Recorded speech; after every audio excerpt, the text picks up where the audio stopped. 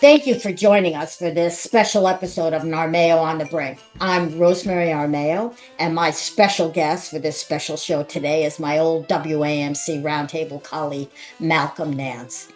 He is, I have to tell you, the first person that I wanted to talk to after some of the tumultuous events that we've seen in the recent past. And that has included, let me remind you, a near assassination, a presidential pullout, and we can't forget the near coronation of a king by the U.S. Supreme Court, the extremist court.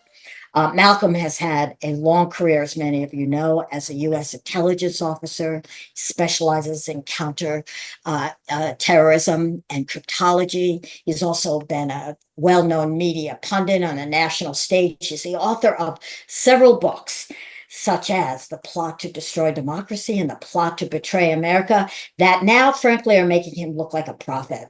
We have not heard much from him lately because he went off to Ukraine several years ago. He's been to Israel as well, all the hot spots of the world. And we're going to hear more about what may have happened. But first, in short, I want to jump in right away, Malcolm. Talk about a 20-year-old shooter who gets past the Secret Service and comes within millimeters of killing Trump. What do you make of that? Wow. Well, first, I'm glad to be on your podcast. I admired you greatly on WAMC. You were a full-time, you were a regular. And when I wanted a contradictory opinion, you were right there with it. But you had loads more journalistic experience than I had. And I know your work in the Middle East you were working in Palestine, the West Bank, and trying to build those bridges over there. And that sort of went south for a lot of people. Sure But did. let's talk about the literal elephant in the room, which is the shooter who tried to assassinate Donald Trump. First off, as I tried to explain to people, there are many different reasons for why somebody would want to kill or assassinate a high-profile figure. And, early on, everybody was, the right wing were going, oh, it's got to be a liberal. You tried to kill Trump. Let's go to our guns. And you should never, ever, ever take a first blush until you find out the facts of what's behind these individuals. Good example is the shooting in Las Vegas, which killed 58 people, and where the shooter, who had over 25 guns, wounded almost 700, shot. To this day, we really don't know why he did it. He Right. left no indications. Some fantasy was playing in his head, and he carried it out. Then, in this particular instance, we have a 20-year-old boy, white, male, had espoused conservative ideology, had registered as a Republican, was a commensurate loner. And and though people were saying that he was bullied all the time, I've seen a couple of the videos of him being quote unquote bullied, and he was really being joshed with more than anything. Whatever was happening in his head, whatever the pathology it was apparently happening only in his head. It wasn't reflected in social media. He wasn't an ideological firebrand. And with loners like that, you get very, very different reasons for doing this. People say, well, it was a setup. Trump wasn't actually hit. It was to make him look good. Let me tell you, at 144 yards, there's not going to be any setups. Yeah. If it was the finest sniper in the world, and I've trained as a long-range shooter, I carried a weapon in Ukraine as a designated marksman, which is sort of like just one step below sniper. And 144 yards, it's like shooting what we call zero, right? Shooting precisely where we aim for it, which is 100 yards. So that's not much of a shot. I mean, anybody could have taken that shot, and been successful. If the wind had been a fraction of a centimeter to the right, it would have blown Donald Trump's brains out. Right. So he was just lucky. But what was the motivation for him? And I recall, for many people, the last time there was an assassination attempt was when John Hinckley tried to kill Ronald Reagan. So when John Hinckley attempted to assassinate President Ronald Reagan, he came up to the Washington Sheraton with a pistol, or Washington Hilton, with a pistol and a revolver, and shot his personal protective officer, shot his press secretary, and hit Reagan twice, almost killing him. And why did he do that? to impress the actress Jodie Foster, because in his head a drama was playing that none of us knew about it, and could fathom, because that's what happens when you have mentally disturbed persons. This person was clearly mentally disturbed in some way. He had no real social media footprint, which is surprising, but not completely surprising for a total isolated loner who is living the fantasies in his head. So, what is really surprising is the hesitation of the Secret Service and the Right. lack of protection measures for that building. I was trained as a personal protective officer. I ran private security details in Iraq, where I had hundreds of Iraqis and British bodyguards. Um, I mean, I had my own PPO team, my personal protective team. And let me tell you something, a building at 144 yards should have had a counter sniper team on it. You Absolutely. occupy every bit of elevated space out to the longest range of a weapon, which in this case, let's assume it's a 50 caliber sniper rifle, right? The biggest weapon out there. That would be 2 kilometers. You Hmm. would not allow an oversight of that pavilion out to 2 kilometers without a policeman on it. It was. I'm going to tell you something that I wrote in my Substack. This will explain it all to you, and we'll move on to another subject.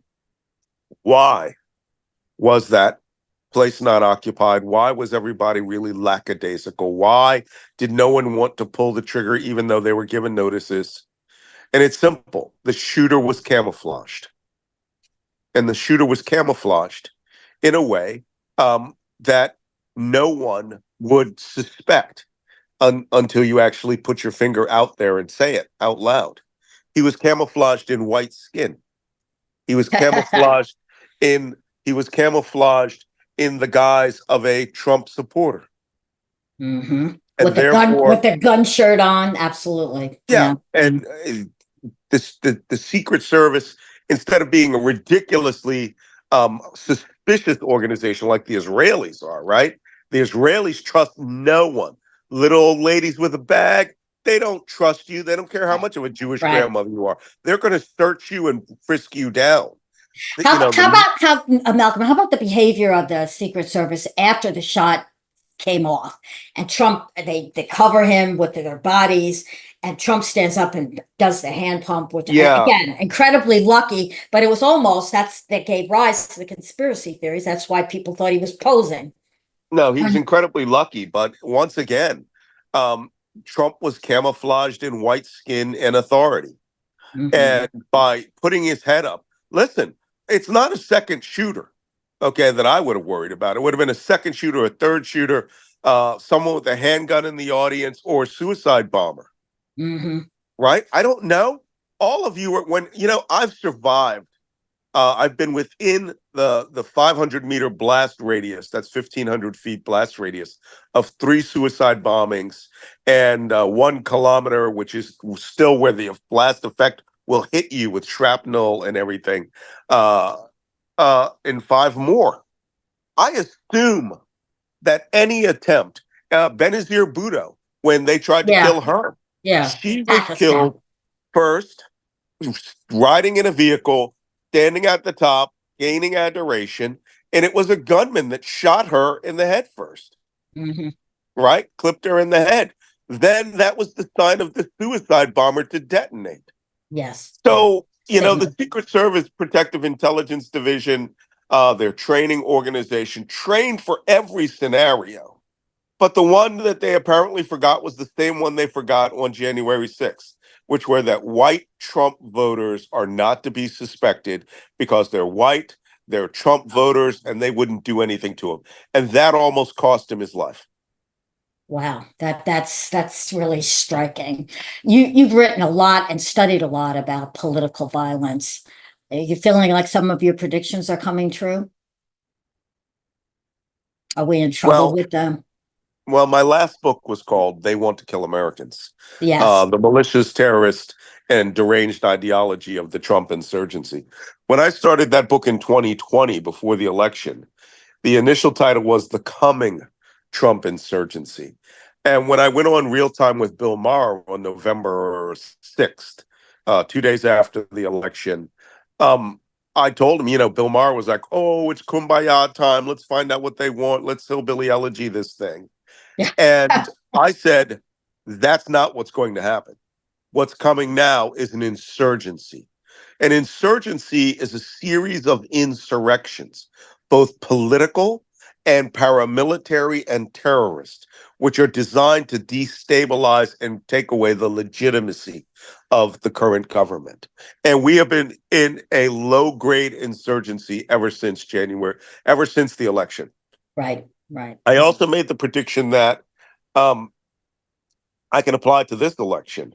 If Trump loses, these people will see themselves as insurgents, right? Right. Armed resistors, who think of themselves as armed resistors behind the lines of liberal totalitarianism.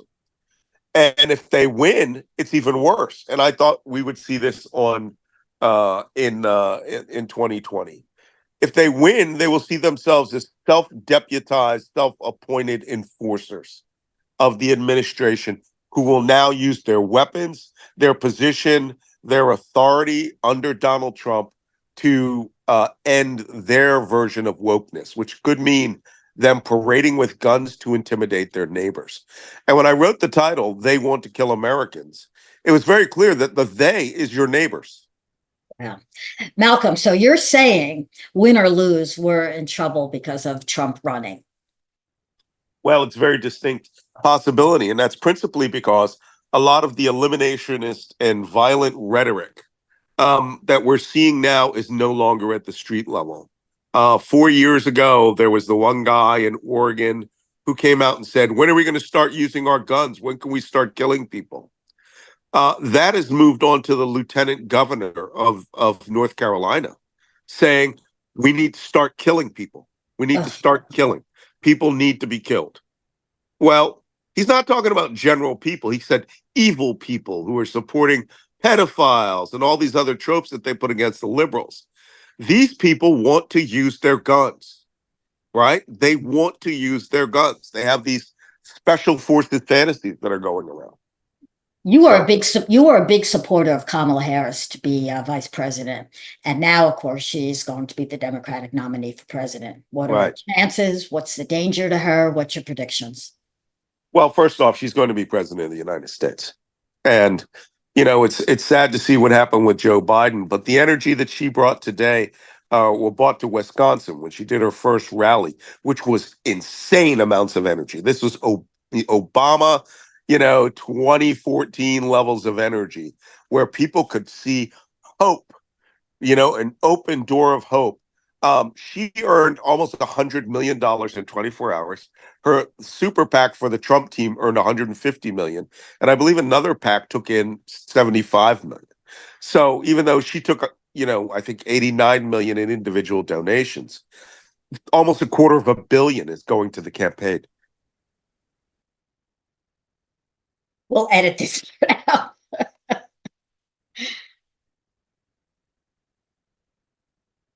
Okay. So, yeah, I think she is now the great American hope, fighter and defender for democracy, and she can respond to Trump in a way no one else can. And now what she brings a real level of professionalism and game to him, to where she won't stand there and take 29 lies to her face. Mm-hmm. She won't. And she'll say what Joe Biden said, but up front, right away, and not nicely. You are a pathological liar, the single most documented liar in U.S. history. Okay, last question, Malcolm.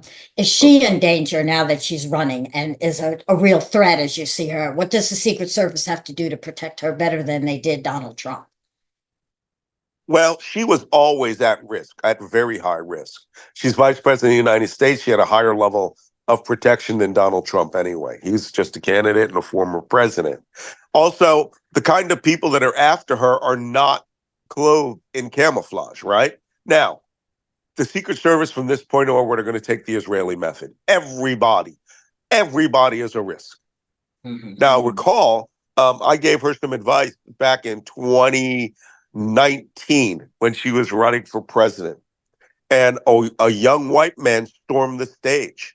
Hmm. where she was speaking, and Karine Jean-Pierre was the one who stopped him. My colleague from MSNBC was the one who stopped him. And Joy Reid wrote to me and said, "Hey, can you give them some advice?" And I was like, "Yes, TPO circle, no stage access, right? Protected personal Right. office circle, right? Any movement on that stage is considered a threat, right? Be prepared to put your body over her." And this is what Trump didn't do. I mean, my Iraqi bodyguards perform better than the Secret Service did. Their Hmm. first thing they do is they grab your head by the back of your head and they put their hand over it to protect your cranium, and they shove your face down to groin level. Then they put their body on and around you and they Hmm. hustle you out. Trump fought that. And the whole, Yeah. I need my shoes. These guys were so deferential. Every one of them needs to be fired. Wow. That's not going to happen with Kamala Harris. That's great. So, Malcolm, I want to thank you. I'm going to invite you back because we got to talk about Ukraine and Gaza. But we end these podcasts with a toast. I have a toast tonight to I hope your predictions. I hope none of them come true because you see violence and trouble ahead for America, no matter who wins or lose. Well, I have a decongestant here. I'll toast to that. Huzzah. Okay.